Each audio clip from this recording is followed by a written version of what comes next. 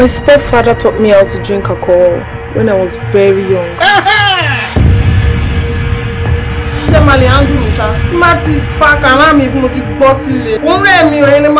Kí ló fà tí wọn fi ń ṣe OS? ẹ fẹ́ ṣe fíìmù.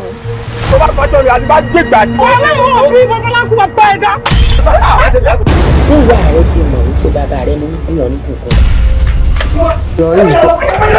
sílẹ̀ tí wọ́n wọ́n lè bò. Ẹ fẹ́ kọ́ jáde. ọmọ fẹ́ jáde ọmọ ń sáré jáde ní àbí. báwo bá bára wá sí jáde. kó o máa ṣépè fún mi bí àdúrà ló ṣe máa rí létí. torí nǹkan tó fẹ́ jẹ ni. Ẹ jókòó jáde ṣe fàájì. mo yọ̀ǹda sá. Gba olùbẹ̀rẹ̀ sí ní kọ̀rọ̀ sí lẹ́nu. torí pé ẹ̀sán Wàhálà àlùbáríkà ń tiẹ̀. èmi ti mọ ọkùnrin tipẹ́tipẹ́. What?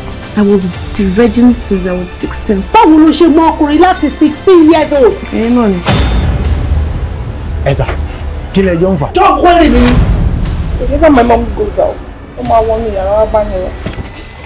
hello Tiwa. Am I not enough for you as a boyfriend? I understand, ṣé ǹjọ́ wo ni? Mo ń dúró dé ijó, ẹ máa fẹ́ mi ilé mọ́ mi. Kí ni? ọmọ tí wọ́n. Kọ́lọ́jọ́ dé, kí wọ́n àbúrò mi dà. Let her step into the property in fact. I should just wait the property for Tiwalọ́lá. Tiwalọ́lá. Bẹ́ẹ̀ni. Mélòó lára crayfish tí ṣáàkì lè jẹ? Mo máa ń dàgí mọ́ lù bíi pé máa lù ìyẹn bẹ́ẹ̀. Má ṣe. Gbà fún ẹ. Ọmọ ẹ̀ tí ń rọ́kùnrin. ẹ̀jẹ̀ ló ṣe. Kí ni wọ́n ṣe mọ̀? ó ṣe kó náà rí kódà yìí ni mo lò.